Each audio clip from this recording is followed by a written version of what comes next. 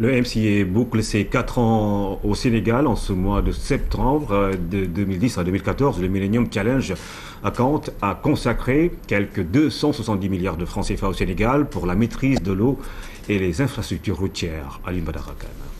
Le compte à rebours a commencé le 23 septembre 2010. Le MCA a 4 ans aujourd'hui. Du nord au sud du Sénégal, des chantiers sont sortis de terre. Le MCA, c'est une demande de 270 milliards de francs CFA des États-Unis d'Amérique pour réduire la pauvreté dans notre pays.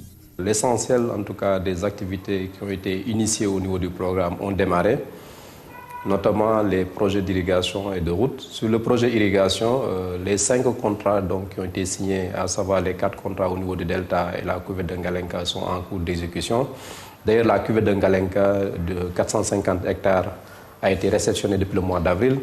Et les travaux au niveau donc, du Delta sont en cours au niveau de l'émissaire et au niveau des adducteurs du Delta. Le projet de réhabilitation des routes qui intervient aussi bien dans la zone nord que dans la zone sud a effectivement 6 contrats qui sont en cours. Dans la zone nord, il s'agit de la réhabilitation de la route nationale numéro 2 entre Chartol et Ndioum.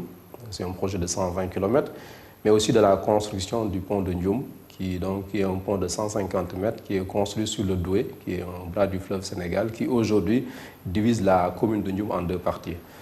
Le MCA cible des secteurs clés comme la maîtrise de l'eau et les infrastructures routières.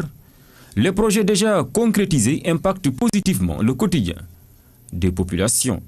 Au niveau de la cuvette de Ngalente qui a été finie donc, au mois d'avril, aujourd'hui, si vous visitez la zone, elle est mise en culture. Ça veut dire qu'au plus de 98% en tout cas de la cuvette a été donc mise en culture pour cet hivernage-là. Au niveau du pont de Ndioum, si vous interrogez les populations locales, notamment les habitants de la commune de Ndioum, qui avaient beaucoup de difficultés pour traverser le fleuve, qui n'est long que de 160 mètres. Mais pour les écoliers, pour aller à l'école, pour les femmes, pour aller donc dans les postes de santé, même pour évacuer une petite production, on était obligé en tout cas de faire un grand tour. Notamment, un camion ne pouvait pas passer par le bac.